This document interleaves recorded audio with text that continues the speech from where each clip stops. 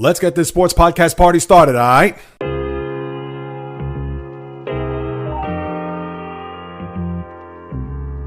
The JAYREELZ podcast. What is happening, my good people? Greetings. How are you? How's it going? How's everybody doing out there? What is the latest and greatest?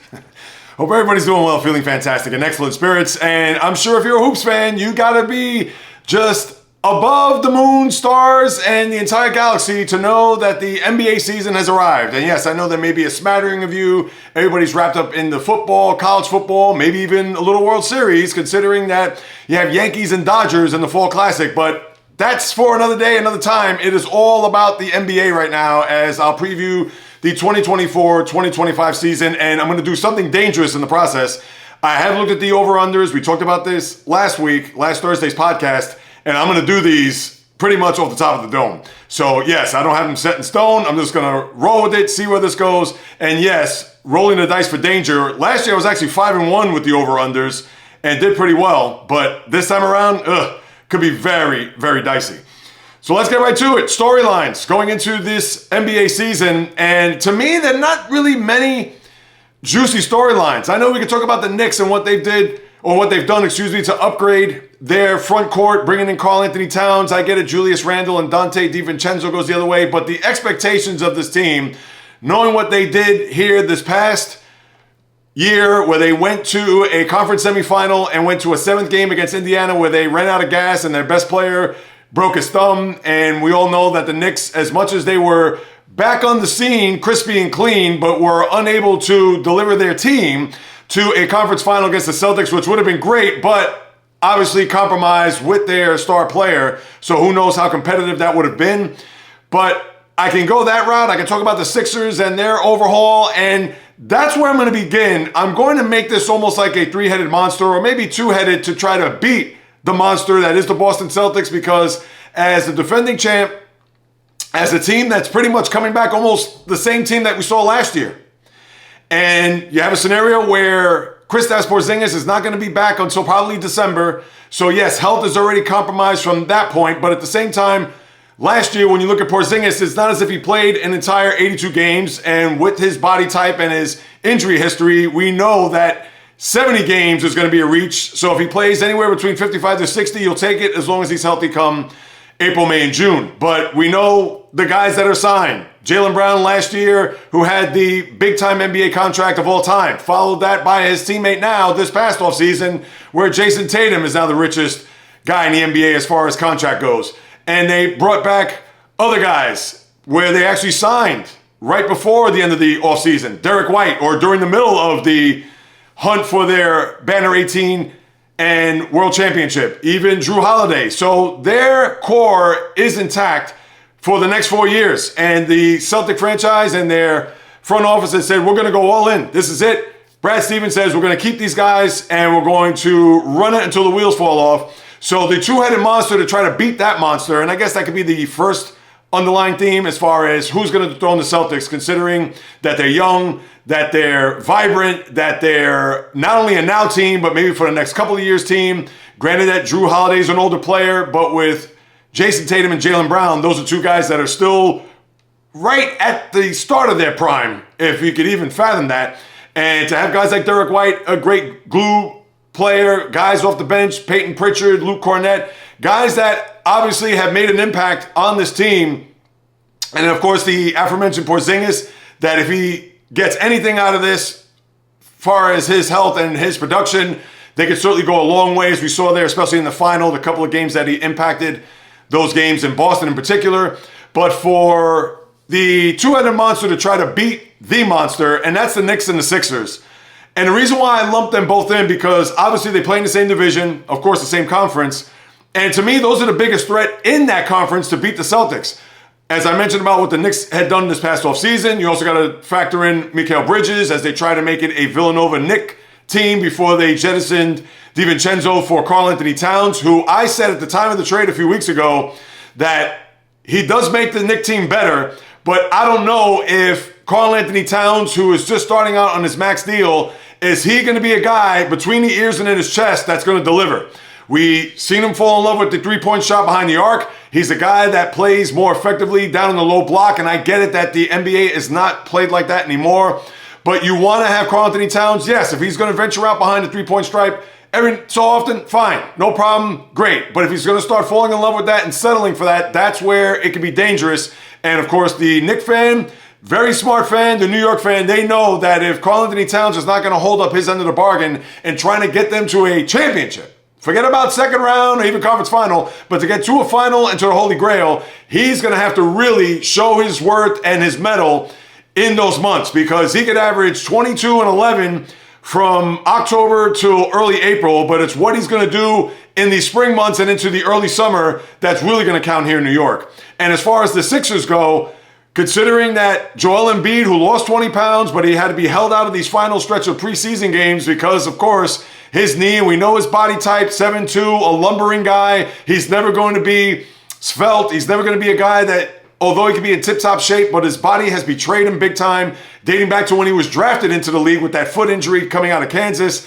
and then all of the ailments that he's had since then, and just last year, missing a third of the season with that knee injury.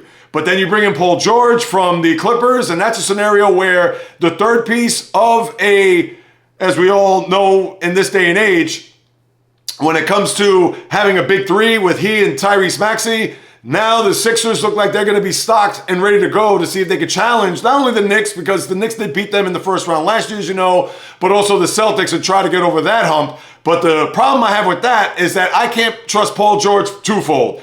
One, his injury history, which, all right, maybe he's gotten better with that, and they also had to hold him out with a couple of preseason games there at the end. But more importantly, in a big spot. And we hear about playoff Paul, but sometimes playoff Paul could be way off Paul. And this isn't LA anymore with the Clippers, the second banana in town.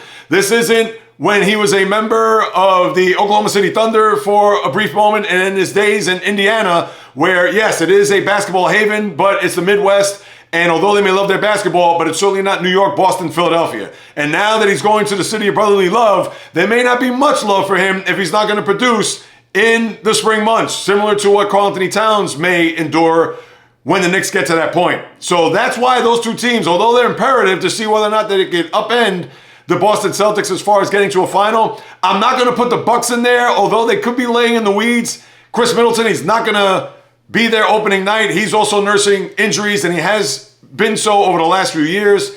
But for the combination of Damian Lillard and Giannis Antetokounmpo, not to say that it's not clicking, but for whatever reason, I get it, a coaching change in the middle of the year. Doc Rivers, although he has a pedigree and certainly has a resume, but that was 16 years ago when he won a championship, and since then he's blown a lot of 3-1 series leads, has faltered in the postseason, and who knows what that's going to be like, even with Doc Rivers with a full training camp under his belt as far as him trying to make some hay there in the Eastern Conference. They're going to be good, and they will probably compete, but I don't know if they're even equal to the Knicks and Sixers, let alone the Boston Celtics.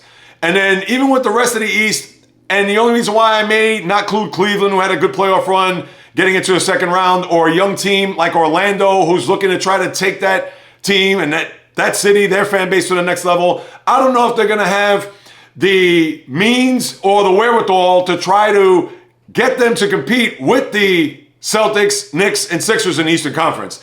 That's not to say they're going to be bad. That's not to say that they're going to be a foregone conclusion, that they're going to be one and done, or they may get to a second round, and then that's it. But I can't see them going any further than that, barring injuries on this team, in particular the Celtics, because we all know that team, as I mentioned, they come back pretty much the same team as they did last year, and if there are any injuries abound, sans Porzingis, that could certainly change the complexion of the Eastern Conference. But to me, that's a couple of storylines. I know it's not one big storyline, but you have Knicks, Sixers. Can they go after the Celtics and maybe even dethrone them? I know that's going to be a tall order, considering that the Celtics, we got to see whether or not complacency is going to set in with Joe Mazzulla, which will now be his third year. I don't know or even think that'll be the case, but you never know. Maybe there's a little bit of a hangover there. Obviously, all of the pomp and circumstance dating back to the summertime, where Jason Tatum, he's looking at this season, even though he didn't say that, but a lot of the writers, prognosticators, people like myself, not me, are going to look at a guy like Jason Tatum or even Jaylen Brown, because he got snubbed for the Olympic team, as this is going to be a personal vendetta for both of these guys to try to take it out on the rest of the league and get back to the NBA Finals and win back-to-back for the first time since the 2017-18 Golden State Warriors. So I'm not going to put too much stock into that, but I understand that may be a jumbled storyline, but that to me is 1 and 1A in that regard. And then the second thing is, and it's interesting because it's by conference. Because yes, I could talk about teams. I could talk about, is Memphis going to bounce back considering John Morant and his absence with the suspension and even with the injury last year, and go a couple of different angles, even with the Clippers, with moving into a new building. Steve Ballmer, now with Kawhi Leonard on the shelf, out indefinitely with that knee. And that's going to be an issue because they have James Harden, who's going to be running the team with a bunch of cast-offs, if you ask me. I don't want to say cast-offs, it's a little bit too strong. But how I look at the Western Conference, to me, there is a big-time demarcation of the teams who have been successful but are much older to the teams that are younger on the come-up that could upset that apple cart. And when you look at the Western Conference, of course, the teams that pop out at you, the older guard, the teams that have won, obviously the Lakers, the Golden State Warriors. To a lesser degree, although they haven't won, haven't even been to a final, I'm going to throw in the Clippers. I'll even say the Dallas Mavericks from this regard.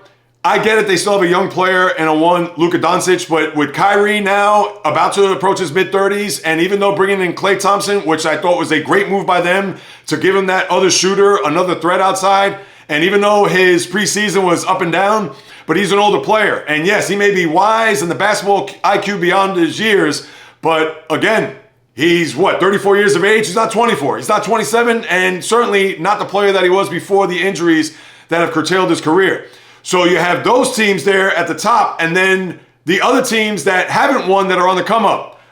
Also, Denver is one of those older teams too. I got to throw them in there. How could I forget? They won a title 2 years ago.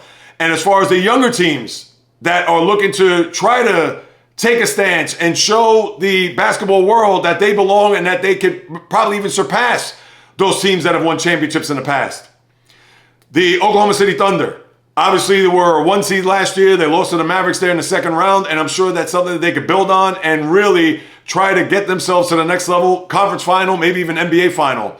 The New Orleans Pelicans, Zion coming in tip-top shape, and with all the promise when he's healthy, the type of team that they can be, they're a little bit up and down for me, but still, I'm sure a lot's going to be put on Zion's shoulders to try to take this team to the next level, to make them be a bona fide playoff team, similar to the Memphis Grizzlies a few years ago when they were a 2 seed and they were trying to get themselves deep into the postseason, which they did not. And speaking of Memphis, as I said before, with John Morant back in the fold with all of those issues behind him, and you would think maybe even those injuries that curtailed his return from the suspension, and then after he came back, it was a thing where he had to be put on the shelf for the remainder of the year. Can Memphis, Jaren Jackson and company, who's looking for a contract, I might add, can they get themselves back to some prominence in the West to where they could build and where they could put themselves in a position that they could be one of the top few teams there in the Western Conference? Even a team like Sacramento.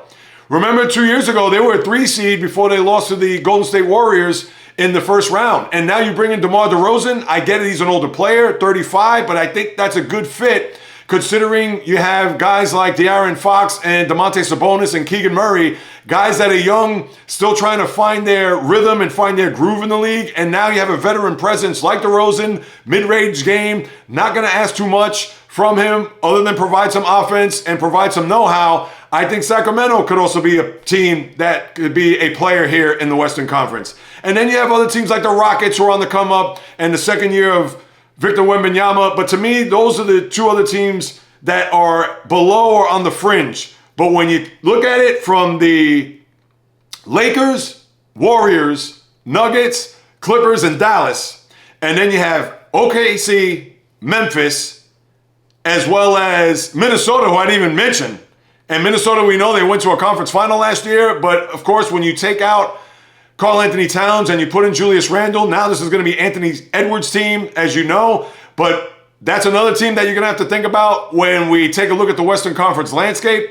And then also Memphis, that's another team that certainly could really shift the focus of the teams that we've seen. And granted, I know the Lakers have been a 7 seed and the Warriors didn't make it to the playoffs last year, and who knows? Maybe there is a changing of the guard here, which I think is fascinating because for so long it was all about LeBron, Curry, AD, Draymond. It seemed to be Lakers or Warriors coming out of the West. And yes, I know Denver here in the last couple of years with the championship run and then last year sputtering there in games 6 and 7 against Minnesota. But how those teams are going to battle it out with the older guard. And I think that's fascinating because, you know, the Lakers, I'm not even going to get into the storyline of LeBron and his son Bronny. To me, that is much ado about nothing.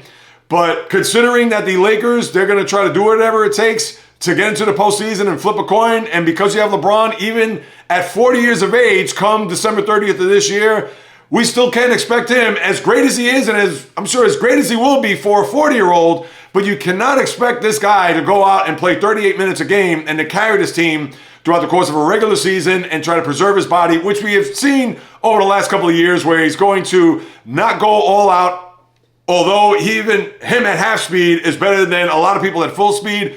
But the Lakers are always going to be a topic. Same for the Warriors because of those cast of characters. And now are these other teams ready to take that leap, that next step to be a team that is going to take that, I don't want to say mantle away as far as to be that team to upset or be an upstart over the Nuggets, Lakers, Clippers to a lesser degree, and the Warriors. But that's going to be fascinating because it's going to make the league even much more better to watch because it's not just your typical handful of teams that you're going to watch on League Pass and you're not even going to bother, oh, OKC, forget about it. And OKC was a team, of course, that gets lumped into that. So to me, those are the real big storylines because other than that, where else am I going to go? All right, we could say year 2 of Wemby with Chris Paul there. All right, what do you expect? They're going to go from whatever they got last year. From 32 wins to what, 38? Maybe 40? And that's if Chris Paul stays healthy. And even Phoenix, that's another team. How can I forget? A team that's older. A team that's really cap-strapped when it comes to their roster. And it's Kevin Durant. And Devin Booker, I know is a young player, but you got to hit your wagon on Durant there as an older player. And that's a team that I totally forgot when you lump them in. Granted, they didn't win a title, but they did make it to a final. Sans Durant, that we all know that was a team with Chris Paul as well as DeAndre Ayton and the aforementioned Booker. But Phoenix, are they going to be a team that's going to get off the mat, even though they have Coach Mike Budenholzer, ironically, the coach that beat Phoenix in the final back in 2021 as a member of the Bucks. But you do have a lot of fascinating storylines from that regard to know that the league is wide open. Granted, you have your favorites, but the West, to me, is a lot more wide open than it is in the East. Because the East, you could argue it could be Knicks, Celtics, Sixers coming out with the Celtics being the favorite. And out West, pick any of those teams I just mentioned. And that's the difference between those two conferences. And the West, a little bit more loaded, and the East, very top-heavy. I guess when you break it all down and put it in a big giant nutshell, that's probably the best way to put it. So that's what I have there. I'm not going to get into like the Portlands and the Wizards and the Jazz and a lot of the teams that are just trying to find their way here. Even the Bulls. I know Lonzo Ball looks like he's going to play this year. Obviously, he hasn't played in the last 2 years because of his chronic knee. And even the Pacers, I know they're a team that maybe a lot of people could also look at and say, well, hey, JAYREELZ, they went to a conference final last year. And I get it. If Jalen Brunson didn't get hurt, chances are they probably would have been stopped there in the second round. But the Pacers, what can we expect? They re-signed Pascal Siakam, which was a good thing. And although TJ McConnell is a good glue guy, but right, can they be a team that could overtake the top 3 that I mentioned? So that's what you have. And I didn't even mention the Miami Heat because the Heat hadn't really done much. But who knows? When you get to the latter part of March into April and they're probably right around 45 wins and it could be an AC. Now, granted, they did nothing against the Celtics. They lost in 5 games, although they surprised them in game 2. But I don't think the Heat are going to be anything to scream at, provided that they don't make a big trade between now and, let's say, the trade deadline come February, depending on where they're at in the standings. So that's what I have there.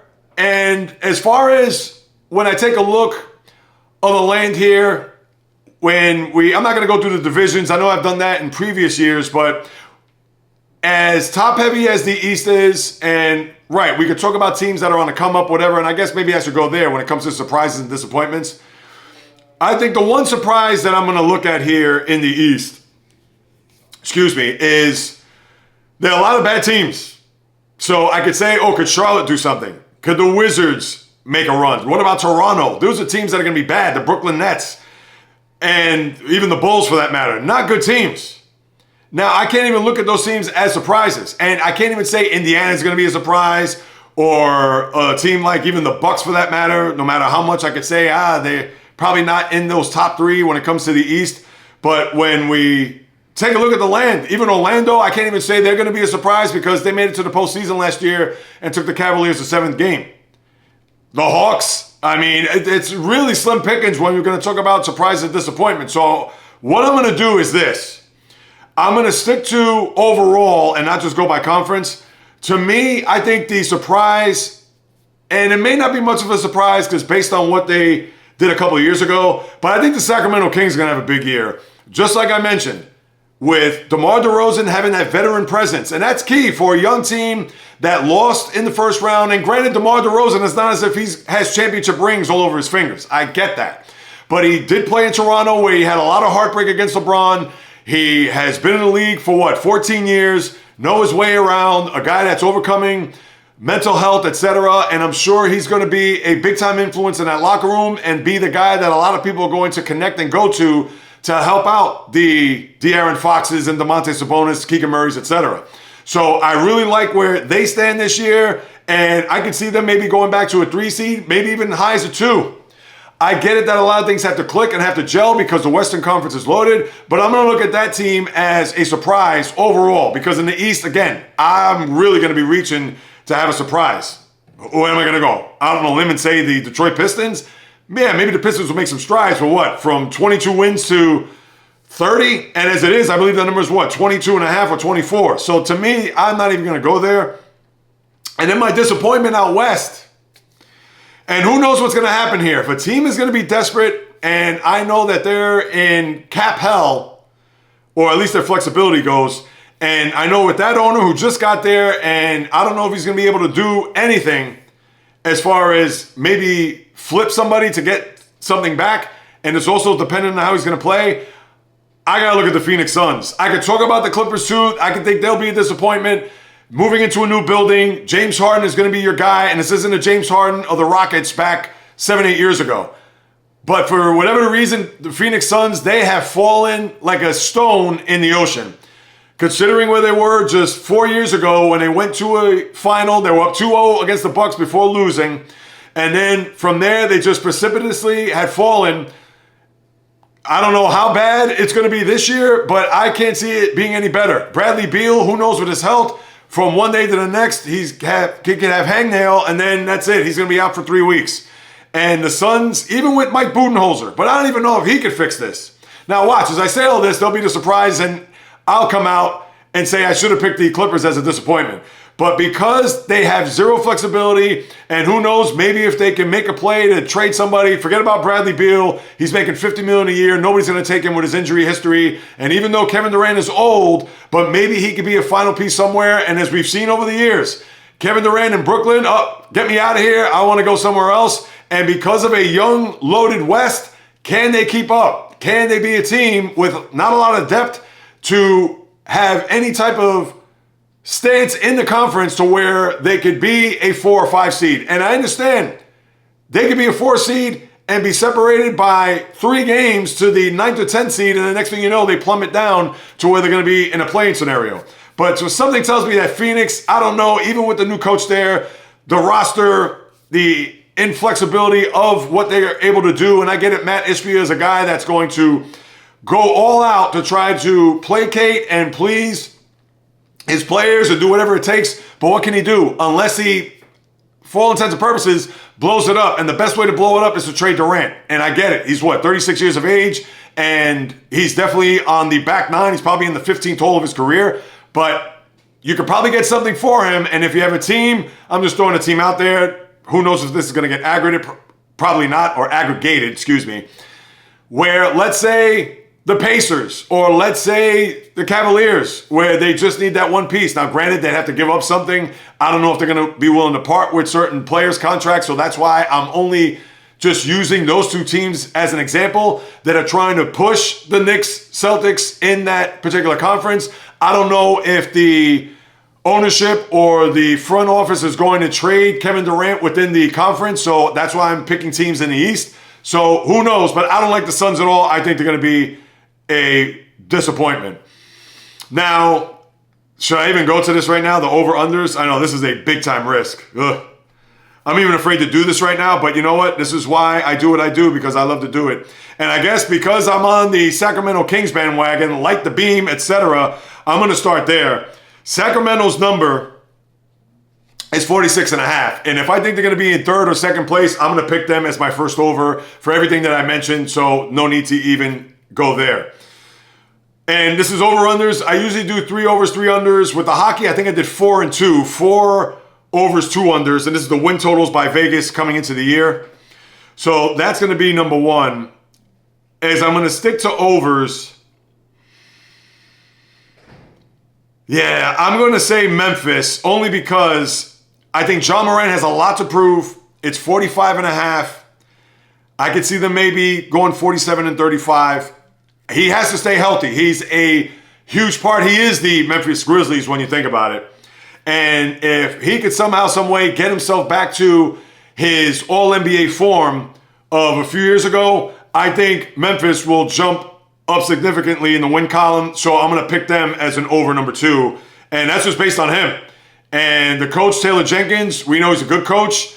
And he has the pulse of his team. And I would think with Morant, with all this behind him, and hopefully he could stay on the straight and narrow, he should have a big-time season. Why would it be anything less than that? So I'm going to pick them as my second over.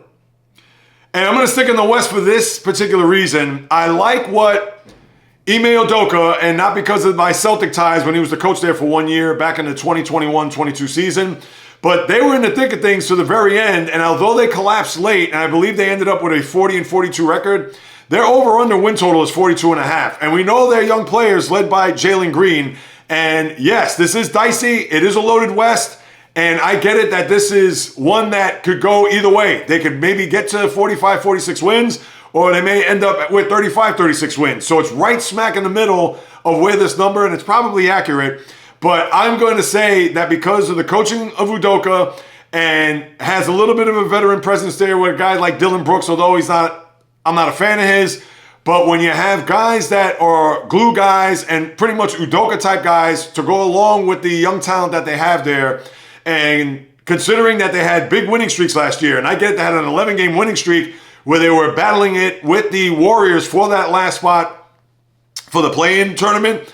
So this is now their time to take it to the next step. And if they could get over 42.5, hey, just get the 43 for all I care.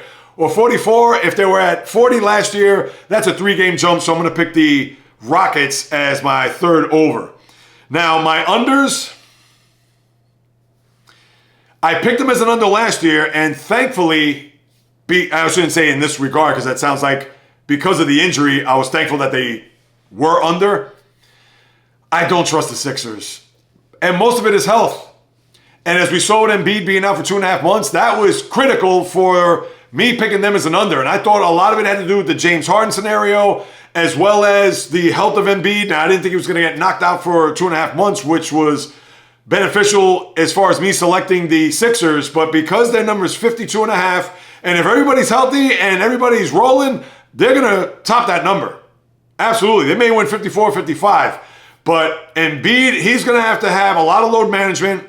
Paul George, who knows? I can see Boo Birds and getting into his head. And who knows how that's going to factor in, because Paul George, although he's a long-standing veteran in this league and he's seen a lot and done a lot, etc. But again, this is East Coast. This is Philadelphia. This is a city that's starving for basketball. And if something goes awry, then forget about it. It could just literally blow up. So I'm going to go back to this well again because it's 52.5. And last year, think about this. The number was 47.5. And I think they ended right at 47. I think they were 47 and 35 was their record. So one more time, I'm going to pick them as an under at 52.5.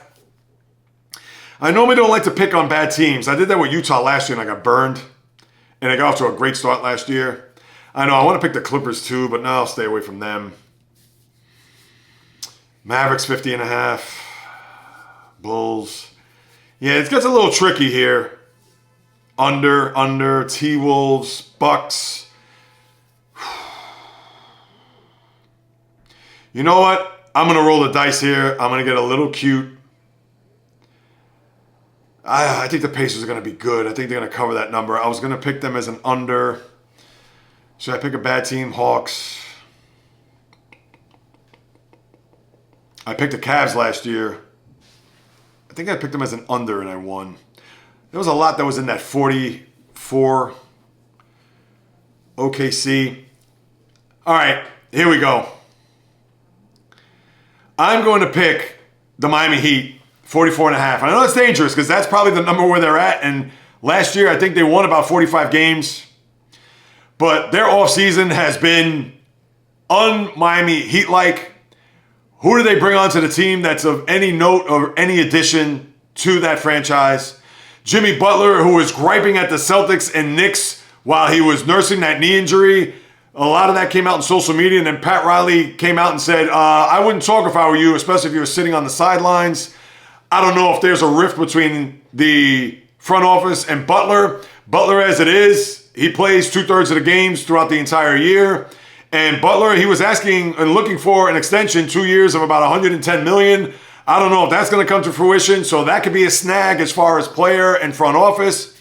And yes, they do have Bam Adebayo, and they still have Tyler Hero, and yes, the Heat culture, etc. But I'm going to say this will be a slight under. Watch them get to 43. They just got to get to 44 and 38. If they do that, I win. So I'm going to pick the Heat as an under here for my second pick. And then my final pick, I guess I'm going to have to pick on the dregs, right? I know, do I go Portland 22.5? I mean, I know these numbers are just unbelievable when you think about it. And 22.5. And last year, like I said, I picked Utah, so I don't think I'm going to go to that well again. What would be the last one here? All right, I'm going to choose here for my final over-under. I'm going to say, you know what? The hell with it. This is going to be a slight under also. And who knows? Maybe they'll rally the troops and have a big-time year. No, I'm not going to go there. I was going to pick the Nuggets. Not going to do it. Only because the West, I mean, there's just so many teams out West that you could choose. And the Nuggets were a 2 seed last year, as you know. All right. It's almost as if pick a team on the map and just hit it, and that's it. I won't say Spurs. I'll make a significant jump, I think. Man, not significant. All right, you know what? What the hell? I'm going to say the Raptors. 30.5 is their number. And I know they got Scotty Barnes, and they also have RJ Barrett. I believe he's still on the team, isn't he? That's a team that is just a hunger for talent and for winning. And look, you got guys on the team, obviously Emmanuel Quickly. Yes, of course, RJ Barrett, Scotty Barnes. They don't really have much. Davion Mitchell, guys like that. I mean, they don't really have Bruce Brown. I understand what his influence there as a champion in Denver 2 years ago, but that's not a big-time team. At 30.5, I would think that they may fall short. They could go 28-54, have a long year. Who knows? They may end up trading Bruce Brown by the deadline. They're going to keep Barnes. They signed him to a long-term deal. RJ Barrett, who knows what's going to happen with him. Yeah, that's a franchise, and Emmanuel Quickly, they signed the big money. That's a franchise that they are certainly talent limited. They do have players, but to go up against the teams like I mentioned in the East, and yeah, 30.5, that's going to be my final pick there. And I know I'm picking on the Raptors, and just like I picked on the Jazz, let's see if I can get lucky with a team that is not going to do much or make any hay in the NBA this forthcoming season. So with that being said, let's go to it. My overs. Sacramento 46.5, Memphis 45.5, Houston 42.5, all overs. And my unders, Philadelphia 52.5, followed by the Miami Heat 44.5, and then Toronto 30.5. Those are going to be my unders. And, you know, I don't get breakdowns into who's going to be the MVP, who's going to be this, who's going to be that, whatever.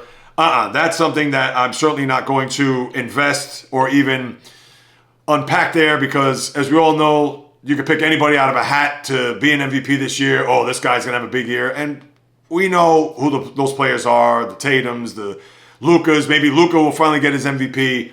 Who knows? Doncic as a big-time player there in the Mavericks. But I'm just going to cut right to the chase, people, and get your NBA Finals pick. Last year was Boston-Phoenix. This year, I have to pick the Celtics again. And I know that may be a homer pick, but I can't see the Knicks beating them. I can't see the Sixers beating them. And this is barring injuries. And obviously you can't factor those in. If the Celtics are healthy going into April, who's going to beat them? They were 16-3 last year. Not to say that it's going to be a carbon copy, but the big question is who or which team could push the Celtics to a 7th game? And there are not a lot of teams that could do that. Maybe out west, but not a lot, especially in the East. And I'm going to pick the Oklahoma City Thunder. Young team, good nucleus, with a coach that is looking to take his team to the next level, and a one, Mike Daniel, and with Shai Gilgeous-Alexander, who we know is a top 5 player, Chet Holmgren, you have Jalen Williams, you have Lou Dort. I mean, this team is a young team, and I'm sure the experience of losing to the Mavericks in the second round last year is going to be huge. Now, is that going to propel them to a final? I think it could, and in this case, I think it will.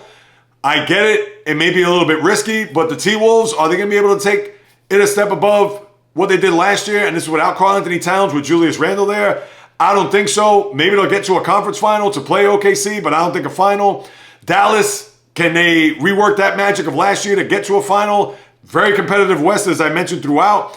Forget about the Lakers, Warriors, those teams. Cancel those guys out. Memphis, can they make a run? I think they can. But to me, Oklahoma City, because of their young core and they're stacked, I think they're going to make it to a final. And I'm going to pick the Celtics to win back-to-back titles and beat the Oklahoma City Thunder in 6. And that'll do it.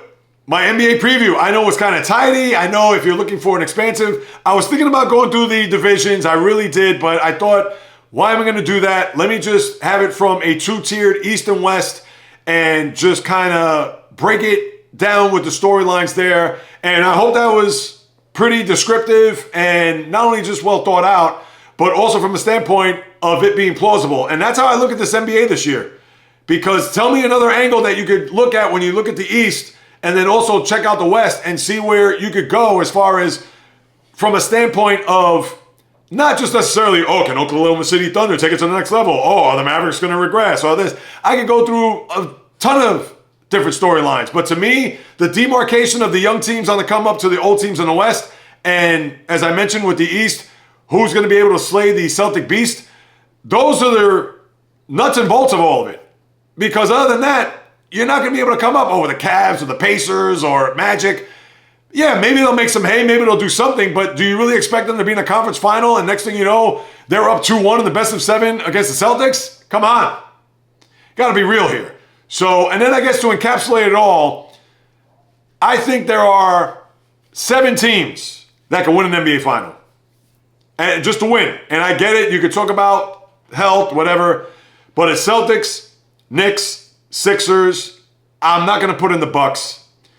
Then I'm going to put OKC, Denver, Minnesota. I was going to say Memphis, but no, not Memphis. I won't even say the Lakers, and I get it with LeBron AD. I'm going to put the Kings in there. I know as crazy as that's going to sound. I'm going to put them in there, and I'm also going to put in Dallas. Only because of last year and bringing in Klay Thompson. Not to say he's going to make have a big mark on his team, but I think it's just enough to go along with those young players, the guys that we saw last year who had a defensive prowess and prominence there that could take their team to the next level. So to me, that's it. And I think I may have counted 8 there, right? Did I say out west? OKC, Minnesota, Denver, Dallas, and then the 3 in the East. I think those are the 7 teams. I don't think the Bucks can, despite Giannis, I get it, but those are the 7 teams. Now watch, when we get to the middle of May and the Bucks are flying high and a lot of people think they're going to go to a final, how's that going to make me look? But there you have it, people. NBA preview starts tonight. Celtics raising the banner to the rafters. Looking forward to it so much, and it's going to be a battle royale. Only 4 times they'll meet, Knicks and Celtics, but I'm sure those are going to be the 2 teams at the top of the East battling it out to see who's going to get a 1 seed and have home court advantage throughout. And in the West, again, as wide open as it possibly can be. So that'll do it, my good people. Another episode in the books. Thank you so much for stopping by, carving out precious time out of your day to listen to what it is I have to say about what goes on in the world of sports. If you haven't done so, as I mention all the time, please subscribe, rate, review, Apple, Spotify, JAYREELZ.com, the YouTube channel at JAYREELZ. And please subscribe, give it a like, add a comment as well, thumbs up, the whole nine. Throw me a few stars, write a review, you know the drill.